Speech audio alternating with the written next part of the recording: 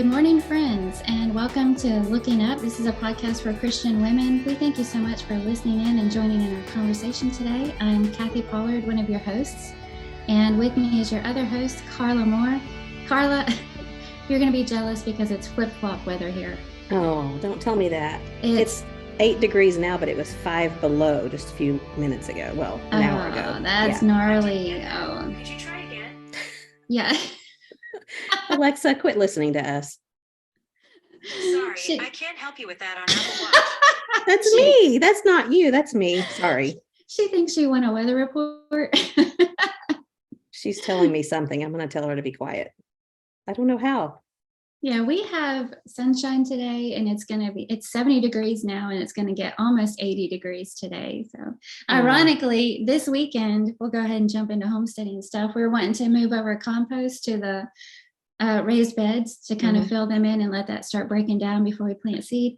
So we're kind of planning on doing that this weekend. Well, this weekend is going to be about 25 degrees colder, overcast, rain on Saturday. So not the best planting weather, huh? Were you planting or just composting? No, we've been collecting compost in a big pile in the back, and it's been breaking down. You know, that's black gold right there. So we're wanting to move that over, load it up in Pepe, drive it over to the raised beds, shovel it out into the raised beds to top those off with some fresh nutrients.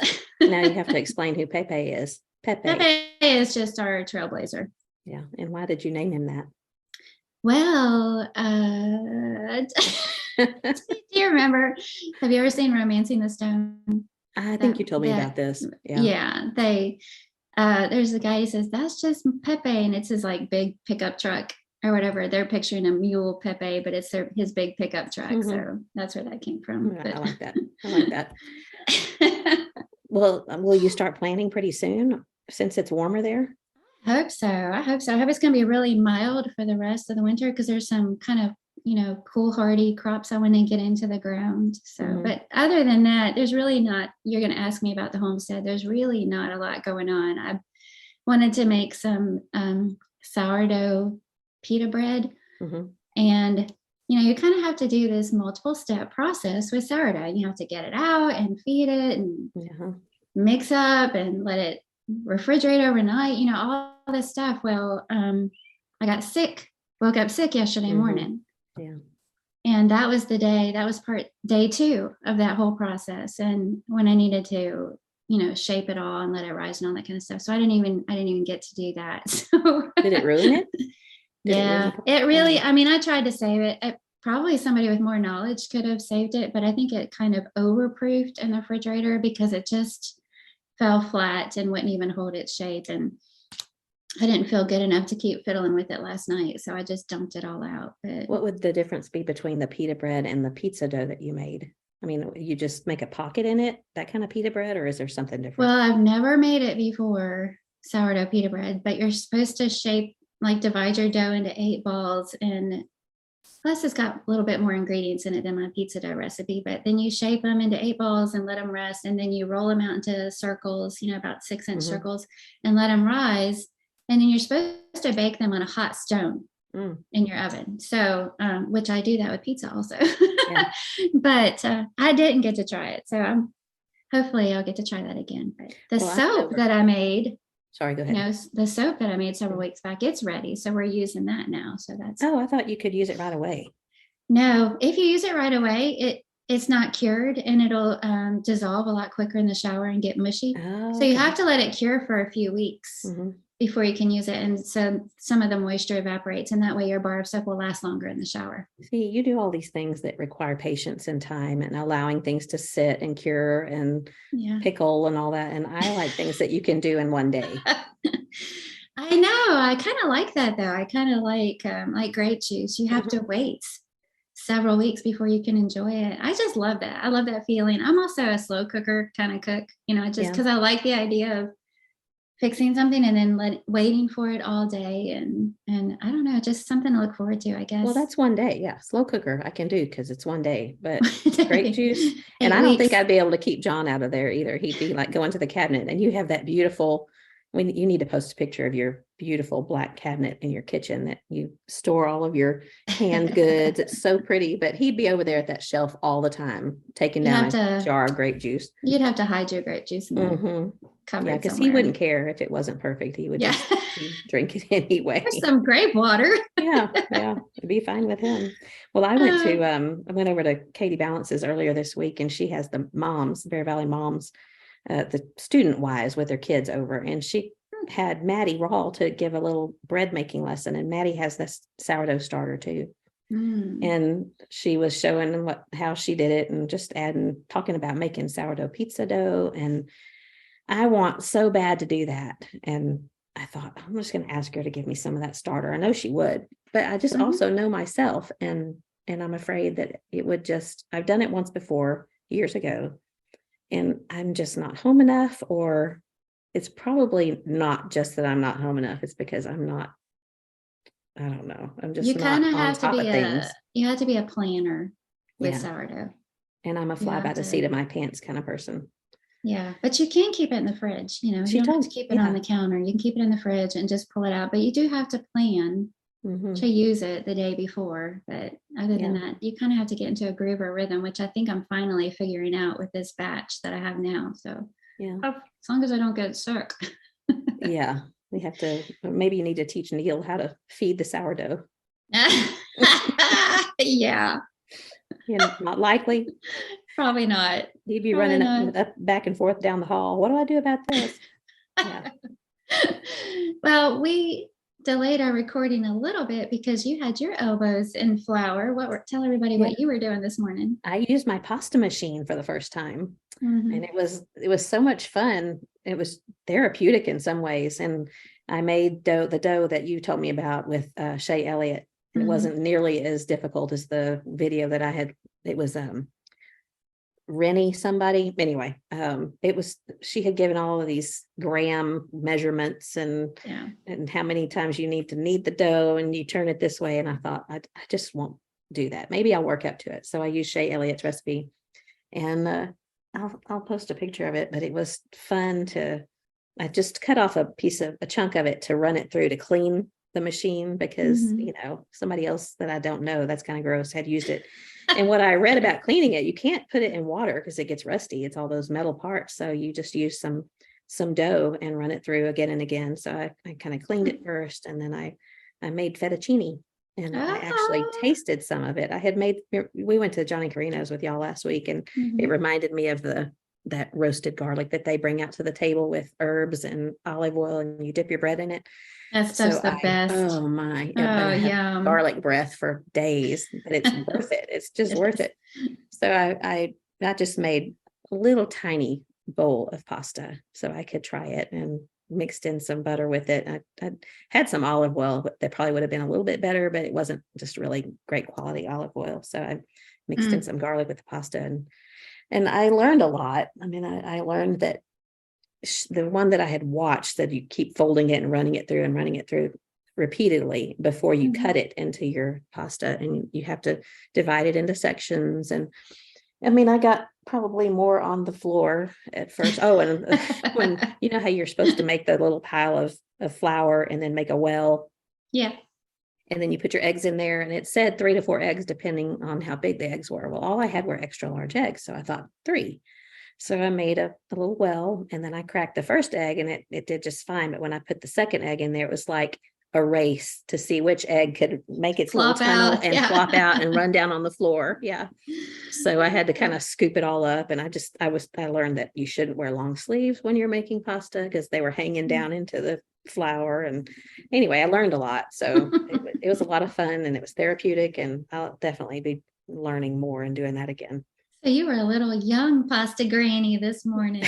Yeah, I'm a granny, and I made pasta. That makes me a pasta granny. Never let it be said that podcasting gets in the way of pasta making. No. Pasta over podcast. Absolutely. Always. Absolutely. I wish you were here to taste some of it. Oh, me too. Drying over on my counter right now. Yeah, you sent a picture. You'll have to share that with the group on Facebook. Yeah. Yeah, very fun. Well, we did see you at the marriage retreat last week, and John's lessons were outstanding, by the way. So good. I knew they would be, but even though we just saw you, it feels like we have so much catching up to do. I know. A lot of things happened over the weekend. I know.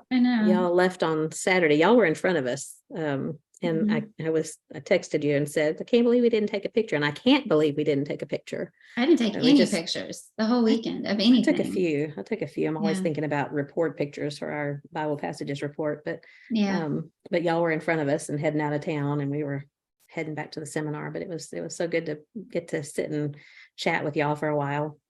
We got back Saturday night, and Gary and Chelsea, our oldest son and his wife, are the ones who house sit for us when we're both out of town. And they feed the chickens and Ollie and Leon and, take care of things. But they do the sweetest thing when they house it. And that's when we come back, we walk in the door. And a lot of times it seems like it is late at night when we get back. But when we come back, they have this soft, jazzy music playing. There's usually something on the screen on the TV, those like coffee shop YouTube videos that you can put up that's jazz music with a pretty scene in the background. They'll have something like that playing. They'll have something diffusing. Everything's perfectly clean and cozy. Like she's folded all my little blankets in a real pretty way. I mean, you just walk in the door and it just wraps you in its warmth. And I'm always texting them, you guys are the best. Thank you for the sweet welcome home, because they're not here. They always leave before we get back. But they just leave it so welcoming. It's the sweetest thing. So. Well, that's such a nice thing for them to do. Did y'all stop anywhere on the way home? We stopped at Buc-ee's. There's a Buc-ee's on the way? Yes. I thought they were only in Texas. No, we got them here. We actually have one coming to Smiths Grove, which is not very far from us. Pretty soon. So, And what did you find there? Did you just window shop? I picked a couple of things for Dale and Janelle's baby. And we usually get some kind of snacky thing. Of course, they have the best bathrooms there. Yeah. The first time I went was last year. I think it was on the way to PTP or something. I don't remember. But Neil said, do you want to stop at Buc-ee's? And I said, what? Isn't that just like a glorified gas station? And he was like, yes. Yes, but I said, no, thanks. Let's just keep going. So we did. And then on the way back, he said, do you want to stop at Buc-ee's? And I was like, fine. Yeah. Then we go in there and I found the coolest things. I love Buc-ee's. And the bathrooms are fantastic. And, so now I'm sold. And Neil was going, see, I told you. I knew you'd like it. Yeah. I love to find stocking stuffers there at Christmas time because they have little things. Yeah. That's a good idea. It's a fun place. I found a purse that's cowhide, really pretty pattern. And I was saying, this is the only cow I'm ever going to get. Little did I know that would change. Did you get that at Buc-ee's? Yes. Oh, I did not know that. They have a whole section that has even things like marble slabs for your kitchen and granite slabs for your kitchen that I'd love to get a hold of for bread kneading or pasta making and things like that. And then they have a section that has leather goods, and they have cowhides, the kind that you can hang on your wall or put on. I mean, just all kinds of great things. So I've seen purses there, but not one that is as pretty as yours. I like their ice. They have good ice. So you have a thing for ice. I know I do, obviously, but theirs is a little bit bigger nugget, like beaver nuggets. Have you ever tried those that they have there? No, but I've heard about them because I've made those. The caramel puff corns. That recipe I got from somebody at Bear Valley a few years ago. But somebody told me that they tasted like the beaver nuggets from Buc-ee's. Excuse me. So but I've never tried them. I'll have to try them. I have not tried the beaver nuggets, but I have had your crack candy stuff. That's really good. So probably should not buy them. Well, I was going to share that I got 2 fun surprises in the mail this week. The first one I shared on the Facebook group. My sister sent me this puzzle. It's got the John Sloan artwork on it. So cute. That just showed up. I love getting mail that you're not expecting. It just package comes and you're going, oh, it's my name on it.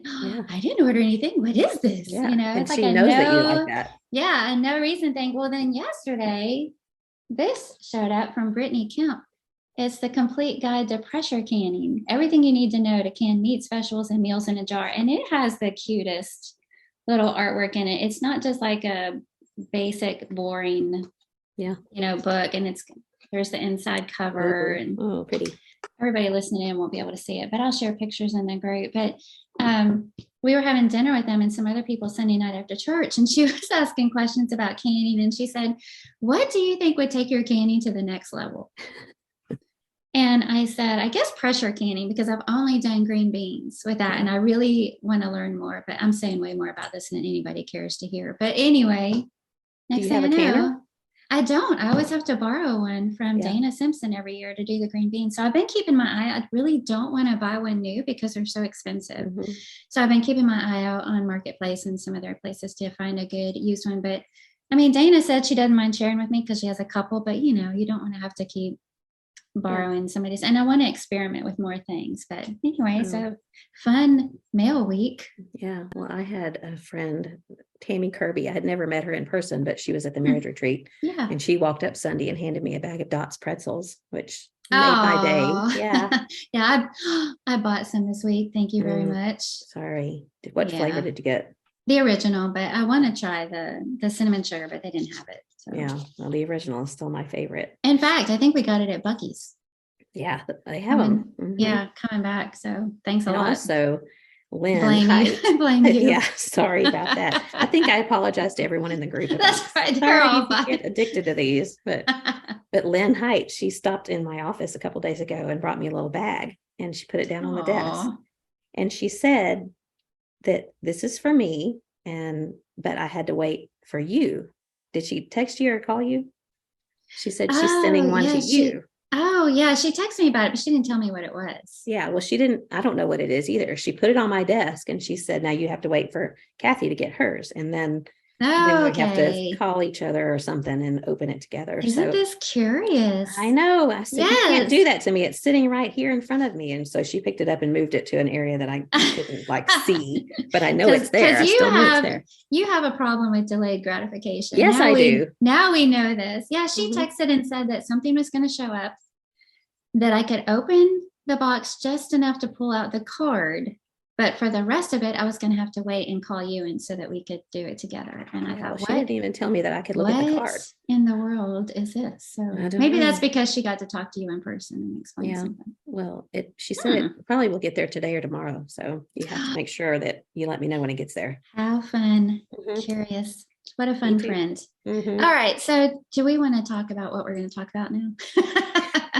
Let's talk about what we're going to talk about. Let's talk about we are going to talk about praise again, but this time from a different perspective. So last week, you brought up this idea and I loved it so much. I thought about it so many times throughout the week, but responding intentionally to hard things, and how praise is the greatest weapon against really any hard thing, right, that we're exposed to. And I thought that was really good. And we got a lot of good feedback from people dealing with, things and difficulties. So we're going to talk about praise again, but this time from a completely different perspective. This doesn't have anything to do with praising God, but seeking praise for self. Yeah. And I would dearly love to right out of the gate say that this has never been a problem for me, but I know that's not true. And that's why I want us to talk about this. Yeah. I think it's a human problem. All of us deal with it. Yeah. You know how one of the love languages is words of affirmation? Yeah. In fact, I wrote that down. And I don't really, I want to talk about that too. I really don't think that's mine. Mine is more quality time, and probably acts of service more than I want to admit, but I do like that one also. But Neil's really good at words of affirmation anyway. He's really good at saying complimentary things, encouraging things, all the time anyway. Is that his love language? That is his love language. And I don't think that people who have that for a love language means that they are motivated by praise. Right. I think they just appreciate encouragement, and that means a lot to them. Like it sinks right into their heart and makes them feel loved and that kind of thing. So I think there's a little bit of a difference there in what we're going to be talking about today. Yeah. And I also wanted to start out with, we're not really talking about judging other people's motives, because when I was thinking about this, I thought, sometimes we post things, they might be good things that we've done or are going to do. And, we need to check our own heart motives, but it's never our place to judge somebody else's motives. Look at them posting about this so they can get attention or, or whatever it might be. So that's what we're going to be talking about today is strictly for our own personal introspection and for our own personal gauging. Yes, self-evaluation, not so that we can ever try and figure out or wonder why somebody else is doing something or saying something. That's a good point. I hadn't thought about that, but that's an excellent point. Yeah, because Jesus could read hearts, but we can't. Right. Yeah. Thank goodness. Yeah, I'm so glad no one can read my mind or my heart. Yeah, and I don't want to read anybody else's. Really? I have a hard enough time figuring out my own. I don't. Sometimes I want to know what someone's thinking. Anybody else's. Yeah, but sometimes not me. Yeah. What in the world were you thinking when you did that? No, that's not my place. Yeah. So when Carl was little, our youngest son, when he was little, he used to, if we'd say something to him like, good job, he'd say, praise me. That sounds like Carl. Yes. How little are you talking about? Like, well, okay. He probably did that 20?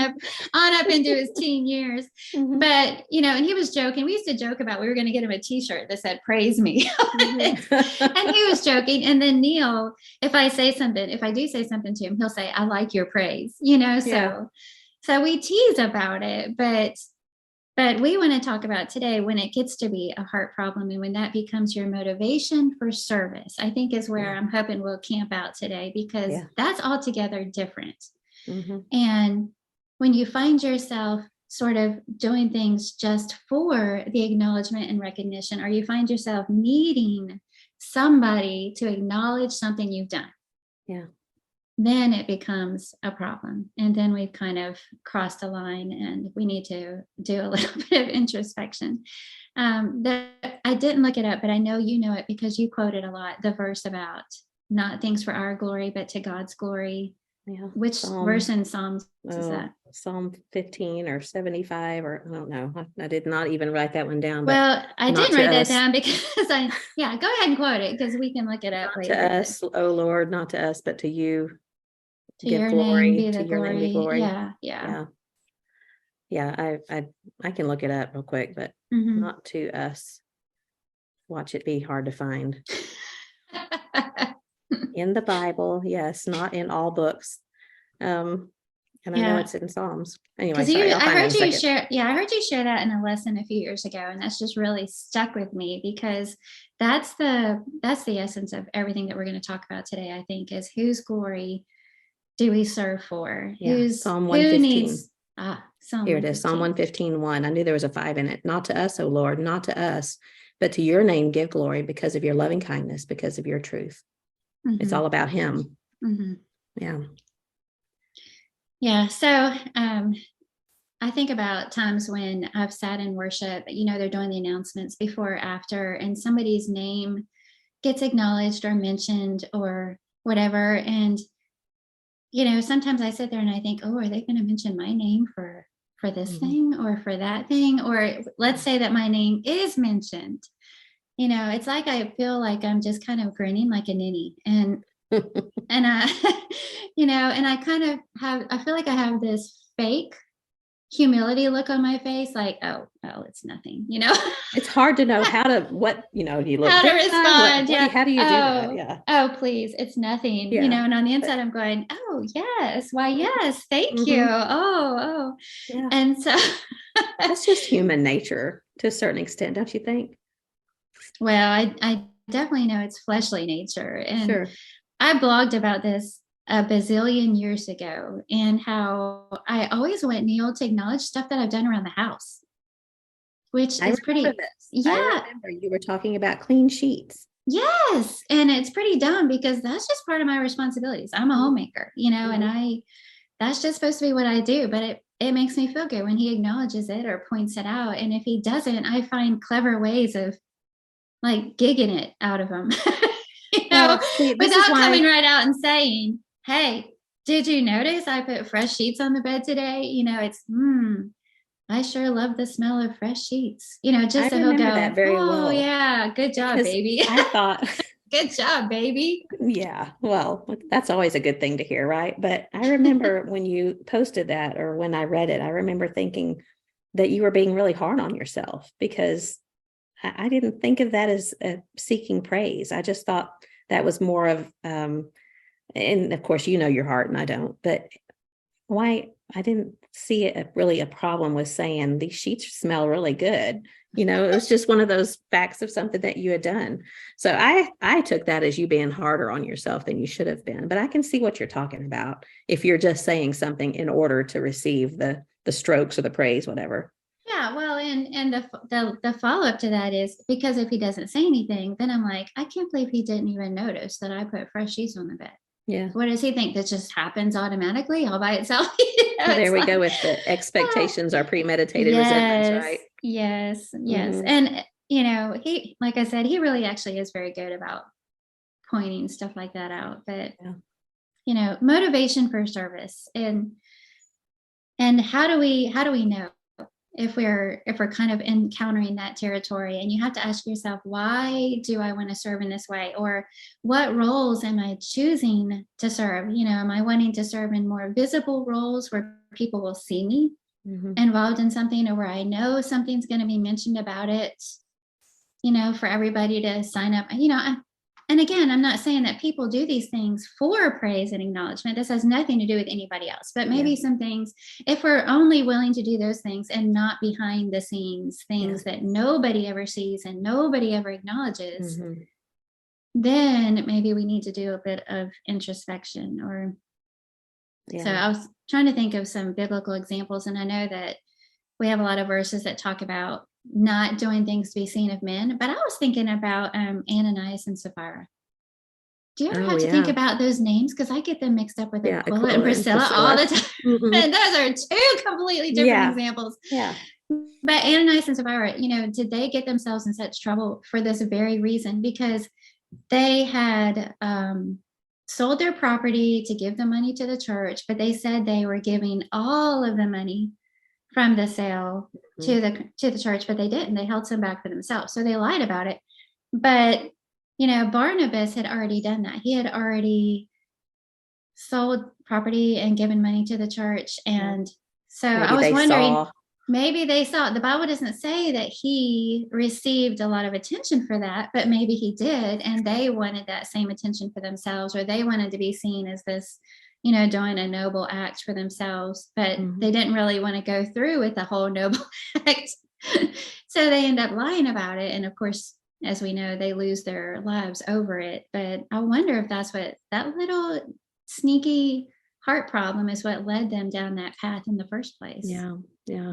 Well, I thought about those who in Matthew 6 talking about giving and praying, and how there will be people who will give in such a and again, I know we don't want to talk about other people, and I don't have anyone in mind, but he talks about it in Matthew 6 and how people will give in a very public way, and they want to be, have something named after them, or they want people to see that they're giving.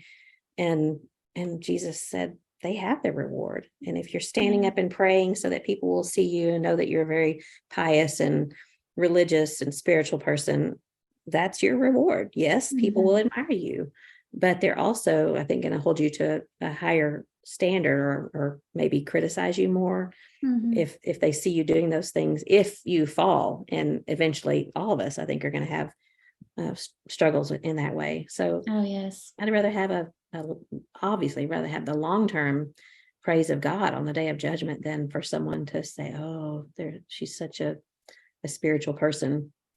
But it's just like you said, it's that fleshly desire to be recognized and to be seen, and to have people admire you. We all want to be admired. That's just one of those things. I think probably God put some of that within us so that we would do things honorably, as opposed to, obviously, we don't want to be looked down upon. That's kind of the opposite, right? Yes. And I think about even this podcast that we're doing, we talk about things, or we share some things, and I always pray that we never come across in such a way that we're saying we've got it all figured out, because we don't. We're talking about these things because we're trying to figure it out, and we're hoping that we encourage others at the same time. But you pray today. We always pray together before we hit record, and you pray today, and in that prayer you pray, that our words that God will guard our mouths, and that we'll be humble. And I really appreciate that. And well, actually, I appreciated your whole prayer. In fact, it was really a little too sweet right Why? before we record, because I felt like 3 or 4 times in your prayer, I wanted to cry. Sorry. And I thought, I'm thinking in my mind, don't think too strongly about what she's saying, because I'll get all weepy right before we hit record. But you pray such beautiful prayers. Thank you for that. But, well, you're sweet. And I'm glad you brought up Matthew 6, because I was thinking about in Matthew 5, when he says, let your light so shine before men that they may see your good works. And so we'll stop right there before we finish the verse. So we're not talking about everything that we do needs to be hidden. Jesus talks about praying in secret. We're not talking about everything that we do needs to be hidden, because people need to see us living lives of service and goodness. The rest of the verse says, so that God may be glorified. They may see your good works and glorify your Father, which is in heaven. So instead of self-glory, that should be the motivation. What is the passage? You're so much better at this than I can remember bits and pieces, but I can't remember where things are found. I want to say it's in 1 Peter, 2 Peter, that humble yourself under the mighty hand of God, and in due time he will lift you up. And I've thought before, does that mean that we're to, I think I understand now more that it's talking about elevating us in the sense of heaven and eternal reward. But there are other passages that kind of indicate that let God lift you up instead of you lifting yourself up. But I've struggled with that, as in, is that what motivates me, so that God will elevate me? And maybe I just need to further understand what he means by elevate or lift me up. Yeah, I think it's that idea of honor, and I guess that's an okay motivation, because God put it in there. For that he wants to do that for us. And Neil and I sometimes will use this expression, we just kicked the jewels out of our crown. If you talk about a heavenly reward, for maybe sacrifices or services, and maybe you go through something that you consider to be great sacrifice for the cause. Maybe there's something you really didn't want to do, but you did it anyway. Well, then if I go and pat myself on the back for it, or complain about it, or mumble about it, or whatever, it's like, yeah, I just kicked all the jewels right out of my crown. I think that he is saying that you don't have to exalt yourself, and that's something that he'll take care of. It kind of makes me think of the passages about seeking revenge. That's another one of those things where he uses that same line of reasoning, is don't seek revenge for yourself. Let me take care of that in the end. Put that into God's hands. Don't take it into your own hands. And we could say the exact same thing about our own praise, honor, glory, recognition, all those types of words. Don't take that into our own hands. Let God take care of that. And at some point he will. Well, how do you enjoy, how do you enjoy receiving praise? You really just want to make myself look that bad? No, I felt like Carla right out of the gate. I said this about me, and it's like, no, that's not enough. No, I don't mean that in a bad way at all. I mean, like when Neil likes something that you do, would you rather him say it publicly or privately, or you know what I'm talking about? Yeah. You know what? I kind of miss out on that public stuff now that he's not on Facebook anymore. So he doesn't get to tell me how great I am in front of everybody for my birthday or anything. So, I admit I enjoyed that very much, and I probably do, if I'm just going to be honest here, thanks a lot. I probably do enjoy it a little more when it's in front of somebody else, or, in front of other people, because it makes me feel like he's proud of me. Yeah. He's not ashamed of me. Other people hear how great I am. No, some people absolutely hate it. In fact, I've known people personally that, we're in, you probably are too. You have congregational groups that'll say, this week's college meal is going to be provided by so-and-so, and they're going to make this and that. We do that here. And when we had Teens in the Word in our home at Bear Valley, sometimes other families would help out with the meal. And I would say on Facebook, don't forget Teens in the Word tonight, and thanks to so-and-so for providing the meal. Well, there were a couple of different people that would say, and please, I'll provide the meal, but please don't mention my name. They just for whatever reason, did not want any kind of public recognition for that. And of course I honor and respect that, but yeah, I don't work that way. But I think where I was going with that though, is that you want that from Neil, but I don't think that you seek it necessarily from other places. And like, I know things about you for, you know what I'm saying? But like when you go speak somewhere, you don't post about it. You're not. Oh yeah, no. So you're a humble person. Listen, I don't want to do it myself. I want other people to do it for me. The truth comes out. Yeah. That's right. That's right. Yeah. I get that. I mean, I think just being aware of it though, being aware of the temptation to be, my the way I am is I don't like being the center of attention at all. I really don't. And sometimes John, I know he's trying to make me feel good and he's trying to praise me, but sometimes he'll talk about the scripture writing or something in front of me. He'll say it from the pulpit and I just want to crawl into a hole. And I don't know why that is the truth. I've told him, don't talk about it. It's embarrassing to me because then you feel like you're the Kmart blue light special. Everybody goes, all eyes are turn on to look you. at you and you just go, I don't know who do I look at? I don't like that. I don't like that. But I do love his praise and I seek his praise. I would just rather he did it not when I'm around, if he's going to do it at all. And I guess where I was going with that is it means more to me coming from John than it would from somebody else. And not that I don't appreciate when someone recognizes me or whatever. I do like that. I think I can't not admit that I do enjoy it when somebody notices something I do. But is that why we do it? And I don't believe that's true of you. I don't think that you do. Being the center of attention, does that include birthdays in restaurants? Yes, it does. Like you don't like it when they come over with the big Mexican hat. I like the free cake that they bring you, but I don't want to have to wear a sombrero. You don't want the whole restaurant singing? No, I don't like that. Well, I'll submit to it. I'll sit there and grin. You'll be a good sport about it. I'll try to be a good sport about it. But no, I just don't like being the center of attention. But it is different if someone says, thanks, Carla, for doing this, whatever. I don't mind that. It's just awkward feeling. Isn't it funny how different personalities take things differently or enjoy things differently? And I think it's kind of like the love languages, like you were saying. Exactly. Well, there's good praise. We've talked about praising God, and it's good for other people to praise other people. It's good for us to praise other people and encourage others. And I think we see that a lot in scripture. It's just the whole, like I said, it's just when we're seeking that and that becomes our motivation. And the problem with that is, let's say that you serve in some way and it doesn't get acknowledged. Maybe when everybody else did it, it did. And somehow yours slipped under the radar, and didn't get acknowledged. That happens. And if it ends up bothering you and, say it ends up bothering me and it makes it to the point where I'm just less enthusiastic about volunteering for that role again, then that has become our motivation for service. Or if we're not continually getting that praise and acknowledgement and we burn out on whatever that service is just because we're not getting it. Now you could argue that other people should be encouraging you, but I'm just saying when that becomes our motivation, if it happens, fantastic, enjoy it. Whoever it is being very kind.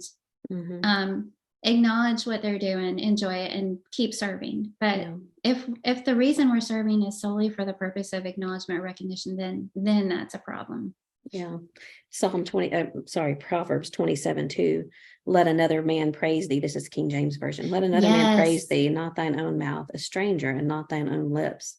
Yes. And it is so much more gratifying when someone else notices something. And again, I don't mean this in the sense of that we shouldn't be gratified when someone notices something we do. Like you were talking about earlier, there are when we let our light shine, others see the good works that we can do for God, not for ourselves, but for someone else. But to stand up and say, oh, look what I did. And most of us are not going to do that. But it is good for someone else to praise you and to bless you and to say, I really appreciate that. If we don't let them, as one of my dearest friends named Kathy Pollard says, don't steal my blessing. It's a blessing to bless others and to praise others, right? It is. And I like seeing what other people are doing because, and even if they talk about it, or post about it, I like getting ideas. Me too. And of ways to serve or be involved in your community. Or I love hearing about people's ideas specifically for, say that they're doing this little luncheon for the widows or this cute little project for whatever, I love seeing stuff like that to get my own ideas. And I never think, oh, look at them drawing attention and wanting people to fawn all over. I don't think that about I don't them. either. Yeah. So again, we're not talking about judging others or making assumptions, but just the verse that you just cited is perfect. I think it's not from our own lips. Should we seek that praise? And this topic really is applicable. I was thinking about all the different areas that this is applicable in the home. I started out by talking about why do I do the things around the home that I'm supposed to be doing anyway, in our church families, serving for the point of just loving our brothers and sisters and because we want God to use us up and be a vessel, for a useful vessel. I want to be missed if I'm not there. I want there to be a hole somewhere if I'm not there because of there are things that I jump in and roll my sleeves up and do because I want to and because it's the Christian thing to do. And soul winning, certainly, seeking opportunities to share the gospel with others because we care about souls and growing the kingdom, and not because, when the announcement is made about this person that gets baptized, it's because so-and-so studied with them, not that they do that, but, there are all these different areas that typically start out as just good things, really great ways to serve or good things to be involved in. But if our motives get out of whack, it can become a downfall in a way if we're not careful. So, and I think Satan can use that against us. It brings up that intentionality again, and being intentional in how we maybe sometimes scold ourselves. Yeah. And I don't even know if that's the right way of putting it, but saying, come on, Carla, that's not why you did that. And remember what you're really doing this for. And I think we just have to be aware of that and being intentional about it. Yeah. Well, so when we talked about this, maybe we should talk about this on our podcast the other day. I actually sent that text accidentally to my daughter-in-law, Emily, first. Which one? Which text? Oh, about the topic? About, how about, I forget how I worded it. How about self-praise or seeking praise or something for a podcast topic? And that's all I said. Because you and I were already in the middle of a conversation, but I didn't even know that I sent it to her until she replied. What'd she say? She had these great thoughts. She was like, "Oh yeah, I think that'd be a great." And here's why. And she shares it, just out of the blue. So, first of all, that's what happens when you get old. You start sending texts to the wrong people. But I actually want to share something that she said. I was so grateful that I accidentally sent it to her because she brought up kind of a different twist on it. She said, I've realized that it's easy to serve sometimes because you'd feel guilty if you didn't do it rather than actually wanting to do it for God's glory. And that's easy to do without even realizing it because you genuinely want to do the right thing, but you have to stop and ask yourself, why? And I thought that was really good too, is, a different form of motives. There can be other reasons for serving outside of seeking glory. But if it's guilty. Not, just you would feel guilty if you didn't do it. You feel obligated to do it or whatever. But anything that's, if God's glory is our grand motivation for everything, it seems like it would kind of help nip some of these heart problems in the bud. If we can just keep that at the forefront of our mind, pray about that. Pray about it. Yeah. Pray about it daily. Yeah, exactly. Well, I wrote down what motivates me. And, we were talking earlier about, I didn't have a whole lot of time to really think through this, but just a couple of things that I like making other people happy. And so that motivates me, I guess, for some forms of service. I like for other people to be happy. But is there a side benefit sometimes that they'll praise me for it? And I guess there is, but I don't think that that's necessarily my motivation for doing it. So I guess my point is that it's okay It's okay to be praised. And, we're not seeking it. It's just a Right. side benefit of some things that we do. But there is that part of me that wants other people to think highly of me. Mm-hmm. Is that bad? No, and you have a really good knack for knowing what will make people happy. That's the key to me, is you enjoy making people happy, but you also know how to make people happy. And I think it's because you just pay attention. You listen, and you're really good about that. And Okay. naturally, keep on the praise. Yeah. Soaking it up. Naturally, when you're a type of person that wants to make other people happy, they're going to respond to that. Mm-hmm. And hopefully all the ways that are good and that you want them to, and they're going to want to be around you. They're going to want to acknowledge the things that you're doing to make them happy. That's just a natural outgrowth of wanting to serve. That's a Philippians 2 mindset. You're putting others above self, and you're seeking to have the mind of Christ that puts the needs of others before their own. And that's, again, I think that's a good motive to have. Is wanting other people to be happy. You might do things because you want to encourage other people and look for ways to lift them up and build them up. And and that can end up turning around to where they come back and say something nice about you or encourage you, but that's not why you're doing it. You're doing it just because you want to lift somebody up. And so there's the difference. Build them up. Yes. Is the why behind what we do. The motivation. Maybe it would be a good thing to journal about, when we serve, when we do things that may lead to being praised, whatever, to journal about the benefits that God will receive. That how will he be glorified? Is this something that I'm doing that will lead others to him? And I don't know specific examples, but if we serve the community on behalf of the church, then the church will receive the attention. And I'm terrible at thinking of examples, but maybe it would be more intentional just to journal about it and to make ourselves think of the ways that God will be glorified, or that the church's name will have a good name in the community because of something that we're doing, rather than personal gratification.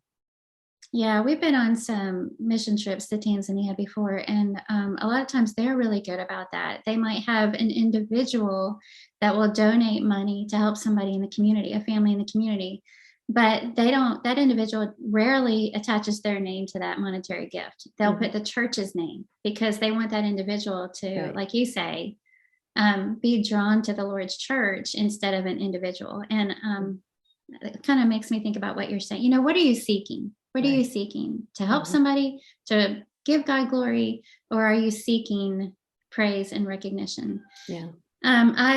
It was so funny. I knew we were going to be talking about this, and in my Facebook memories today, a quote from 11 years ago today showed up, and this is the one that it was. And I didn't credit it. I just had it in quote marks. So that was not very smart of me, but it says, the way we respond to criticism pretty much depends on the way we respond to praise.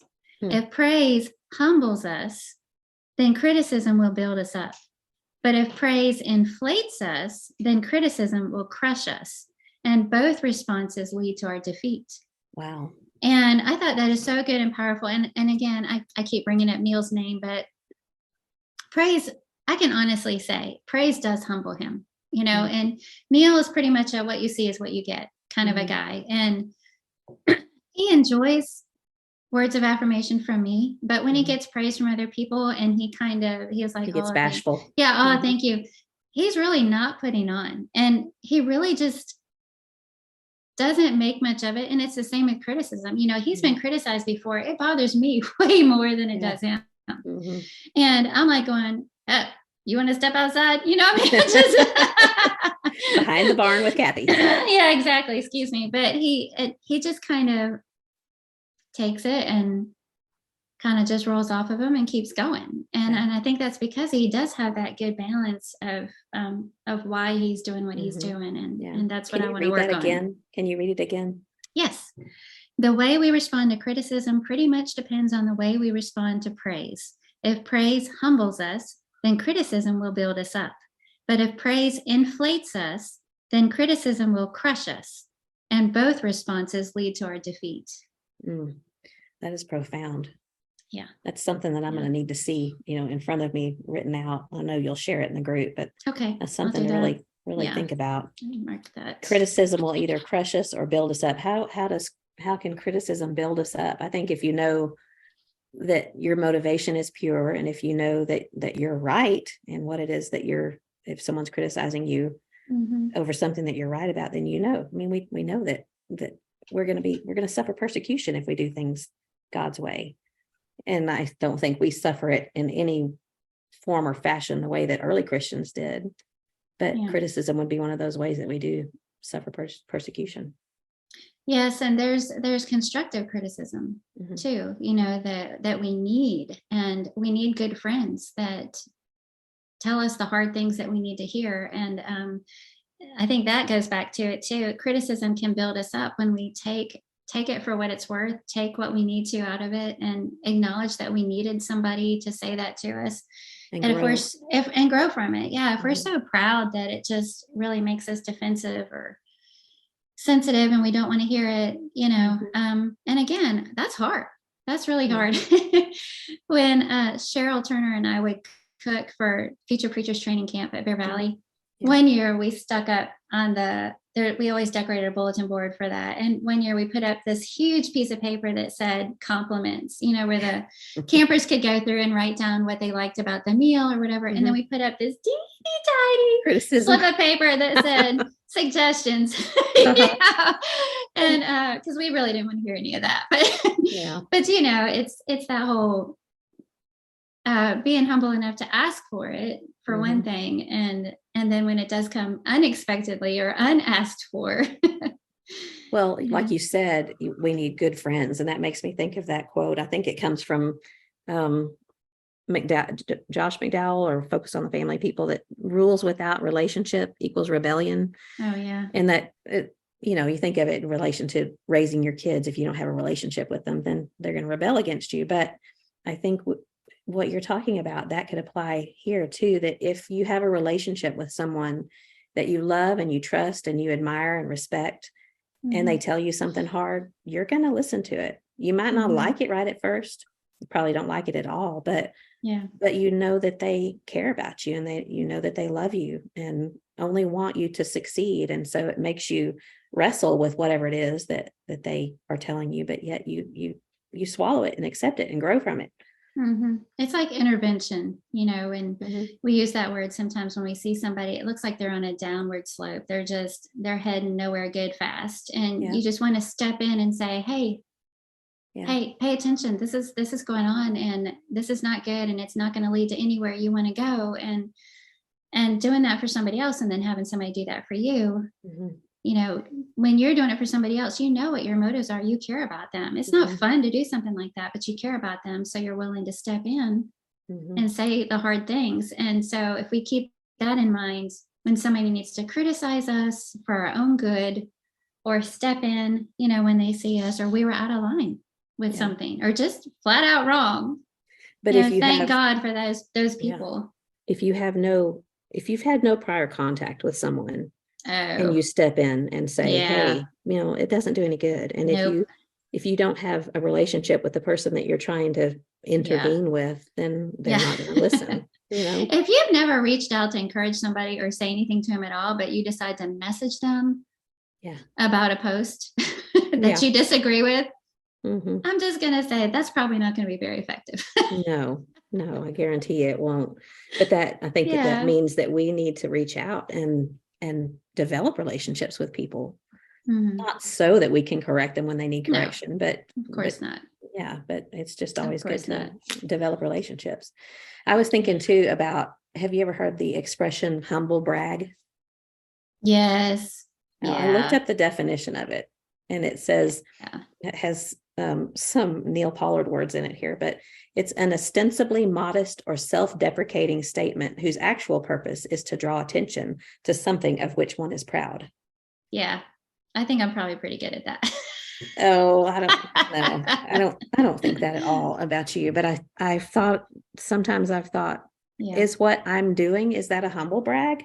Am I posting something or talking about something that I've done that in order for someone to praise me? It's just something to think about, something to keep in mind. And I think that it's easy for us to assign that to someone else. and say, oh, that's a humble brag. Yeah. And that's not fair. That's not right for us to do. And I hope that we're not coming across that the Christian life is walking on eggshells. Be careful about what you say, and how you're coming across and why you're doing it. I don't want to leave that impression with anybody that you have to worry about every living thing that comes out of you do have to worry about everything that comes out of your mouth, but that it's really hard, and be careful that your goodness doesn't turn into, I just want to talk about this because I think it's so easy for us to fall into seeking the praise of men.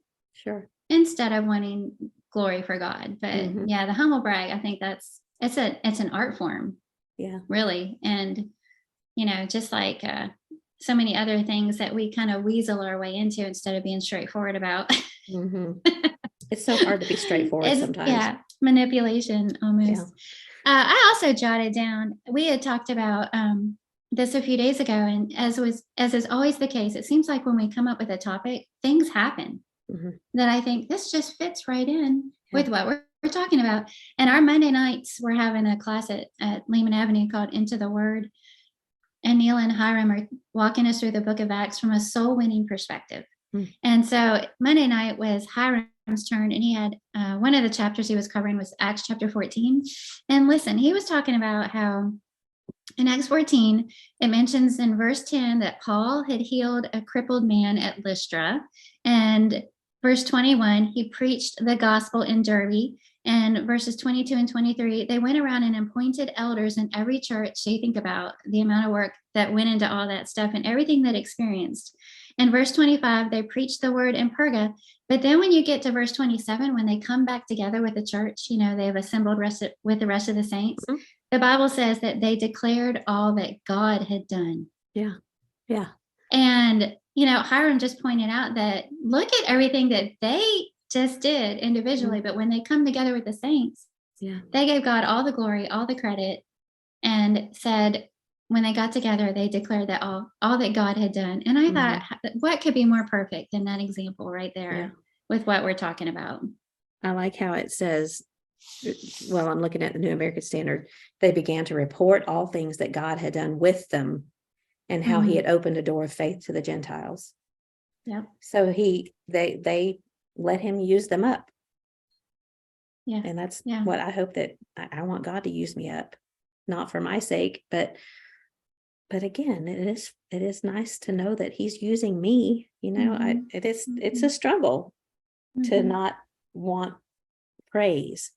Well, it seems like when Paul talks about those kinds of opportunities, that is the glory.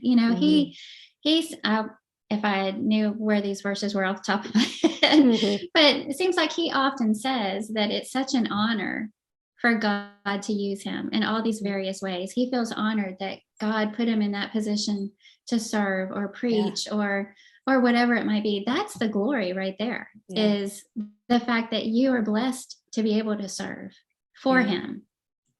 There was, in our writing this week, I was thinking about Paul, and where he says, so many times he talks about the least. I'm the least of these, I'm the least deserving, or I can't remember the exact words that he uses, but he talks about the grace of God and how it's almost like he just can't believe the blessing of the grace of God, and how he has been blessed with this grace, and that God has forgiven him, and that God, it just flows and pours out of Paul, that he's so grateful for the grace of God.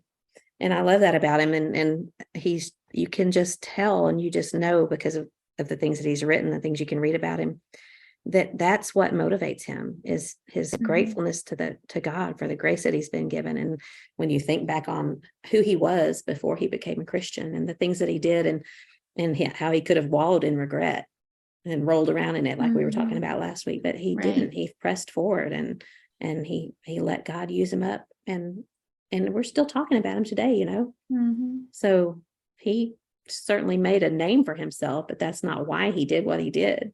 Oh no. And we have a member here at Lehman Avenue. You probably do you remember meeting Kim Moyers? If you did meet her, Probably. You'd remember, because she's literally the sweetest woman in all the land. But and she would probably not appreciate me sharing this in front of everybody because she's that kind of person. But, last week we talked about naturally praising God in conversation and how sometimes that can feel awkward for me or unnatural, like I'm a poser. Well, she does that very naturally. It's just, you can tell, it's just a part of her everyday conversation. It just flows off of her lips. And it's the same with, God's grace and service. She's definitely involved. She has Bible studies with people. She has follow-up studies with people. She's always looking for ways to serve.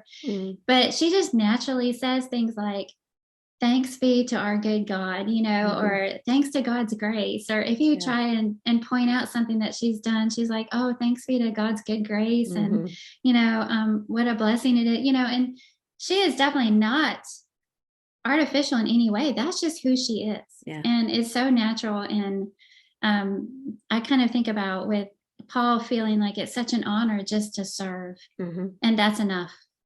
And, she puts me in the mind. She's my living, this century example of that. Somebody who serves that way and lives that way. Yeah. And smiles through it all, Yeah. Well, Grandma Sharon Autry is a lot that way too. Somebody that I would like to be like, that praises God and thanks God and always, and just talks about God all the time. It's good to have people like that.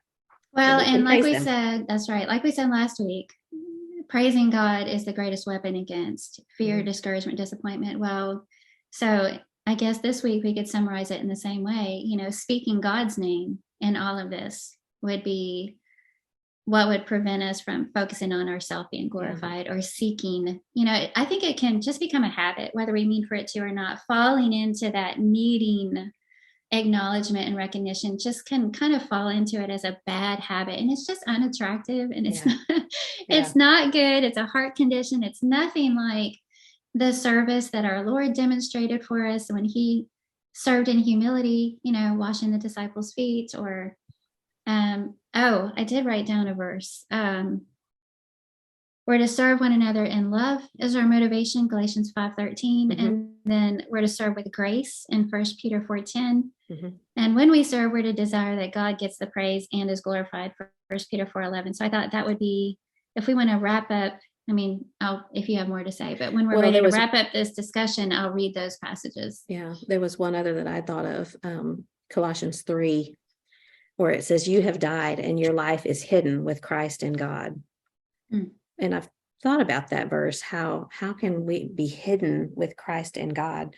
And I almost feel like if someone looks at me, they can't see me. This is what I want. This is not necessarily true, but it's what I would like.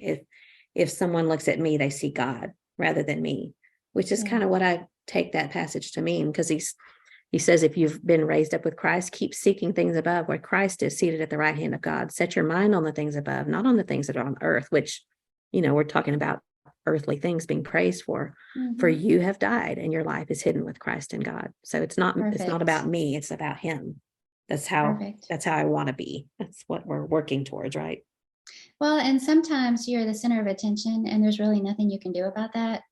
And you're not so hidden when it comes to literally physically, you and I both have had a few opportunities to do some public speaking.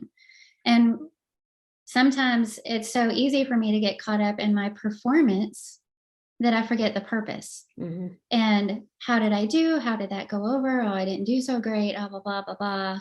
Because I don't want to get up there and fall on my face, or I want to do a good job. And instead of just focusing on getting the word, to encourage people or share God's word or have that opportunity. And I remember when I took Kathy Petrillo's class on public speaking, that she said, especially when you're first starting out, all those nervy things that happen with your body, and you can't breathe, and you're sweaty, and your underarms itch. Yeah, definitely. But she said, get over yourself. And it's kind of, Neil said something similar. It's not about God, it's about God who's at work in you. But she said that when we are so focused on our own performance, we're focusing on ourselves instead of God. Get over yourself and remember why you're doing it. And sometimes you have those opportunities to serve that aren't hidden because it's some kind of public way like that, but still remembering to hide ourselves in Christ. And like the preach, we've mentioned this already, like preachers preach, let me hide behind the cross. Let people say, oh, what a savior, instead of, oh, what a preacher. Yeah. If that's our motive, then, Colossians 3 was the perfect passage to point out, since that's our theme verse for this podcast. Yeah. Looking at, well, sometimes I pray, if I'm standing in front of people, I just pray that he'll stand next to me. And probably what I should pray is that he'll stand in front of me. That's good.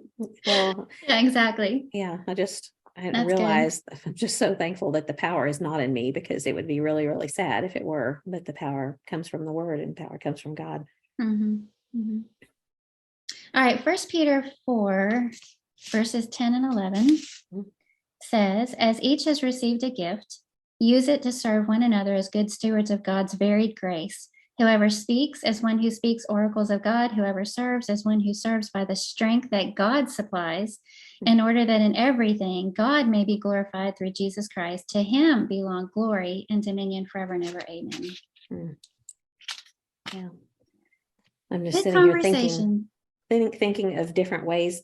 Yeah, good conversation. Thinking of different ways that women serve, not necessarily in a big public way, but behind the scenes, and not just in the church, but in our families. And what a blessing it is to do those things for God, and let him be the one that rewards us in the end. And we'll have little things along the way here in this life too that are gratifying, and it's okay. I think it's okay, but that's not our motivation. Exactly. Good way to sum that up. You know what? We should have inserted some opera or rap or something throughout this podcast for Shelley Guthrie. Because, she's listening. To keep her awake. Yeah. Keep her awake. Yeah. Shelley, I hope you're awake. This is for you. We're getting loud. Wake up. Get your housework done. For those of you listening and have no idea why we just lost our minds, she commented in the group that our voices are too soothing. So she has to make sure she's up doing something so she doesn't fall asleep during our podcast. Yeah. Or maybe she could just listen to us before bed. And if she has some insomnia, we'll help her out. You're welcome. That's right. You're welcome. We're here to help you sleep better. I have never thought of my voice as soothing, but it's kind of nice to know. Definitely not the word I would have used to describe my voice. Well, you have a great voice. You have a perfect podcast voice. Thanks. You're welcome. I'm praising you. Yeah, you're praising me. All right. So our random question, if you're ready, you go ahead and ask it because you came up with it. Oh, well, let me look exactly how I worded it to you. That's why I tossed that in your lap, because I couldn't remember. I couldn't remember how you worded it. No, I had to scroll back and back and back. Okay. Where is it? I'll just summarize it. We talk too much on texting. That's what it is. That's probably what it is. You have to go back too far. Yeah. What song takes you straight back to childhood or high school? What kind of music or what song takes you back to a different era? Yeah, this was an easy one for me, because there's one song in particular that every time I hear it, I have a major flashback to being 6 years old. And we lived in a double wide trailer in Florida. My dad was going through the Florida School of Preaching at the time, and we didn't have a lot of money. And one day, out of the blue, mom and dad surprised my sister and me with like a package of goodies. They were just random, fun little treats, and nothing big, nothing expensive, just fun little treats. And I remember one of them, in fact, is, I don't even know if I can describe it, but it was a plastic snake that had little joints and grooves all through it. So like when you hold it, and it would kind of swirl when you, one of those. I think it was lime green.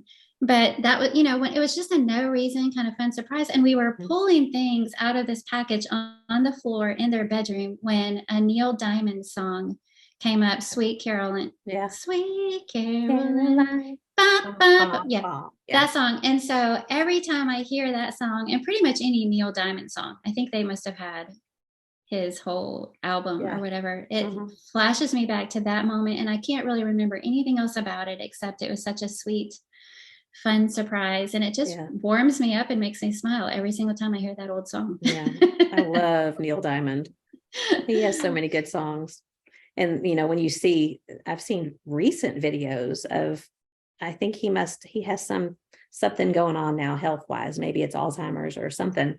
But I don't think it's Alzheimer's. It must be something else that's physical, but they brought him out in a concert and everyone is singing along and everyone has to do that. Bump, bump, bump. Oh, It's such a fun song to sing, but he's got a great voice. yeah. Well, mine, I can almost have a different song for every decade, but my childhood, my mother always had music playing and she raised me on good music. She always had Johnny Mathis and Nat King Cole, Perry Como, Andy Williams, the Percy Faith Orchestra, and just, it's what we would probably consider old people music now, but I still love it. In fact, most of the time we have Sirius XM in the truck, and most of the time I have it on Seriously Sinatra. And not so much because I don't necessarily love Frank Sinatra all that much, but they'll play a lot of those 40s, 50s music. And I that just takes me right back to coming home from school, and where we lived at the time that I'm remembering, I had to walk up a long driveway and I would open the door and that music would be playing on the stereo, and she'd have something good cooking on the stove. So there's good smells and just the warmth and the safety of being raised in a good home. And I don't take that for granted. I'm so grateful for being raised that way. But I also, beautiful. It is. And I'm thankful to her for music. But then I think of high school, what I tend to think of are the hair bands, and I didn't love all of them, but Def Leppard and the 80s. Asia and the Scorpions. And I loved Duran Duran. That was one of my favorites. But one of the songs that takes me back to that era is The Eye of the Tiger. And not just because it was my era, but it continued. That's always a song that, because my kids played for the Dripping Springs Tigers. And so they would play The Eye of the Tiger when they'd be running out on the field or running out on the basketball court. So is that the one that goes dun, dun, dun, dun? Yes, dun, that's dun, it. Dun, dun, dun, dun. Yeah, that's it. You're welcome. You're welcome, everybody. Yeah. That was a freebie. Yeah. Yeah. Thanks. So I couldn't really narrow it down to one because there's so many that take me back to different eras, but I love music. My mom used to listen to the Statler Brothers and the Oak Ridge Boys on Saturdays when she would clean the house. Yeah. So I don't ever hear those songs ever anywhere, but if I did, I'm sure it would take me back to that. She'd tie a little, handkerchief around her head and go around doing housework on Saturdays. And then I thought, go ahead. Go ahead.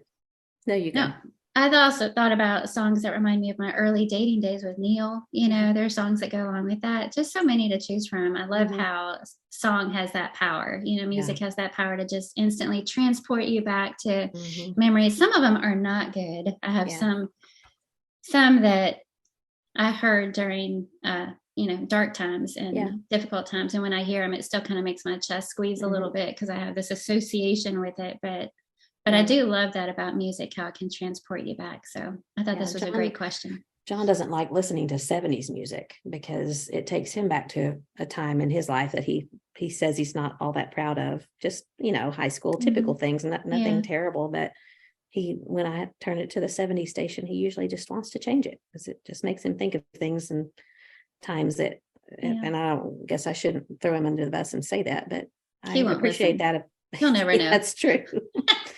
Yeah, this will be the one he listens to. Yeah. But, yeah. All right. Well, I enjoyed this conversation so much. You're Always the best. do. You're the best. No, and listeners, we thank you so much for joining us. So we thank you for listening in, for your encouragement and support. If you haven't already, please head over to our Facebook page, looking up ! with Kathy and Carla, or Instagram. And we like to share things that go along with the podcast or just fun things in general. Lots of good conversation and chatter going over there. We love hearing from you. So thank you for that. And if you want to share any thoughts or comments on today's topic, we're very interested in hearing what you have to say also. So until next time, keep looking up. Keep looking up. Take care, Carla. All right. Love you. Love you too. Bye. Bye. Let me see if I can figure out how to end this.